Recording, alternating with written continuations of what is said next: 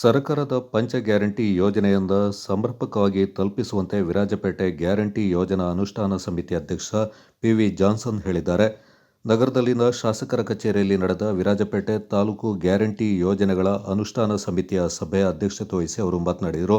ಗೃಹಲಕ್ಷ್ಮಿ ಯೋಜನೆ ಕುರಿತು ಅಧಿಕಾರಿ ತಂಗಂಬ ಹಾಗೂ ಮಹಿಳಾ ಮತ್ತು ಮಕ್ಕಳ ಅಭಿವೃದ್ಧಿ ಇಲಾಖೆಯ ಸಹಾಯಕ ಶಿಶು ಅಭಿವೃದ್ಧಿ ಅಧಿಕಾರಿ ರೀತಾ ಮಾಹಿತಿಯನ್ನು ನೀಡಿದರು. ಅನ್ನಭಾಗ್ಯ ಯೋಜನೆ ಕುರಿತು ಮಾತನಾಡಿ, ಹೊಸ ಕಾರ್ಡು ತಿದ್ದುಪಡಿ ಇತ್ಯಾದಿಗಳಿಗೆ ಅವಕಾಶ ಇಲ್ಲ. 2025ರವರೆಗೆ ಎನ್ಆರ್ಸಿ ಆಗಿರುತ್ತೆ. ಬಿಪಿಎಲ್ ಪಡಿತರ ಚೀಟಿ ಎಪಿಎಲ್ ಆಗಲು 492 ಅರ್ಜಿ ಪೈಕಿ 292 ವಿಲೇವಾರಿ ಆಗಿದ್ದಾಗಿ ತಿಳಿಸಿದರು. ಯುವ ನಿಧಿ ಬಗ್ಗೆ ಮಾಹಿತಿ ನೀಡಿದ ಅಧಿಕಾರಿಗಳು, ಮಾರ್ಚ್ ಅಂತ್ಯಕ್ಕೆ 305 ಡಿಗ್ರಿಯವರು ಹಾಗೂ 6 ಡಿಪ್ಲೊಮಾದವರು ನೋಂದಾಯಿಸಿದ್ದು, ಅವರಿಗೆ 90,60,000 ಡೆಬಿಟ್ ಆಗಿರುತ್ತೆ ಎಂದರು. ತಾಲೂಕು ಪಂಚಾಯತ್ ಇಒ ಮಾತನಾಡಿ, ಶೀಘ್ರದಲ್ಲಿ ಪ್ರಚಾರ ನಡೆಸಿ ವಾರಕ್ಕೆ ಒಂದರಂತೆ ಕಾರ್ಯಕ್ರಮ ರೂಪಿಸುವಂತೆ ಸಲಹೆ ನೀಡಿದರು. ಶಕ್ತಿ ಯೋಜನೆ ಬಗ್ಗೆ ಮಾತನಾಡಿದ ಅಧ್ಯಕ್ಷರು, ಮಾಲ್ದಾರೆ ಪಿರಿಯಾಪಟ್ಟಣ ಭಾಗದಲ್ಲಿ ಹೆಚ್ಚಿನ ಶಾಲಾ ಮಕ್ಕಳಿದ್ದು ಬಸ್ ಸೌಲಭ್ಯವಿಲ್ಲದೆ ಅವರ ವಿದ್ಯಾಭ್ಯಾಸಕ್ಕೆ ತೊಂದರೆ ಇದ್ದು, ಮೇ ತಿಂಗಳಿಂದ ಆ ಭಾಗಕ್ಕೆ ಬಸ್ಸಿನ ವ್ಯವಸ್ಥೆ ಕಲ್ಪಿಸಲು ಡಿಪೋ ವ್ಯವಸ್ಥಾಪಕರಿಗೆ ಸೂಚನೆ ನೀಡಿದರು. ಡಿಪೋ ವ್ಯವಸ್ಥಾಪಕರಾದ ದರ್ಶನ್ ಅವರು ಆದಷ್ಟು ಬೇಗ ಸಮಸ್ಯೆಗಳನ್ನು ಪರಿಹರಿಸುವುದಾಗಿ ಭರವಸೆ ನೀಡಿದರು.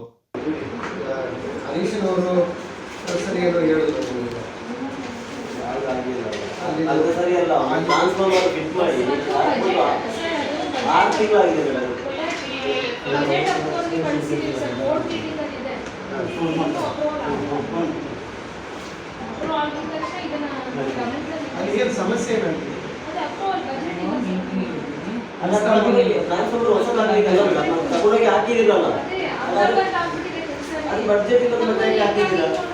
ಬೇಕಾದ್ರೆ ಅವರೇ ಬಿಚ್ಚಿಕೊಂಡು ನಿಮಗೆ ಕೊಟ್ಬಿಡ್ತಾರೆ ನಿಮ್ಮ ಆಫೀಸಿಗೆ. ನೀವೇ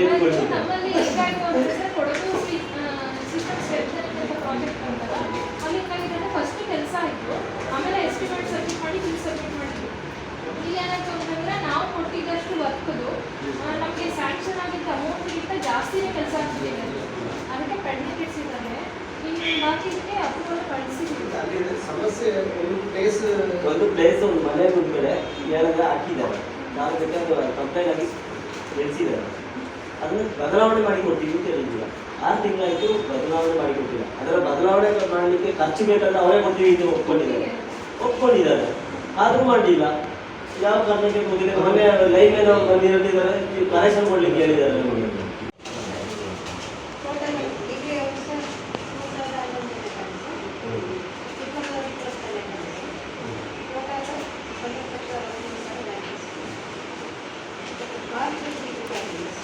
ನಿಮ್ಮಲ್ಲಿ ತಾಲೂಕು ವಹಿಸಿಲ್ಲ.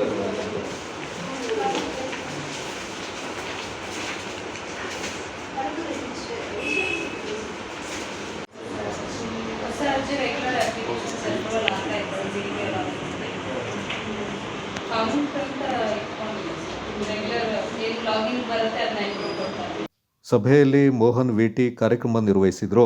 ವಿರಾಜಪೇಟೆ ತಾಲೂಕು ಪಂಚಾಯಿತಿ ಕಾರ್ಯನಿರ್ವಹಣಾಧಿಕಾರಿ ಕೆಸಿ ಅಪ್ಪಂಡ, ಗ್ಯಾರಂಟಿ ಯೋಜನೆಯ ಸದಸ್ಯರಾದ Mukkatira Kaveramma, Indira J R, Nishchita K A, Harish, Mahadeva, M P Ganesh ಮತ್ತಿತರ ಅಧಿಕಾರಿಗಳು ಪಾಲ್ಗೊಂಡಿದ್ದರು.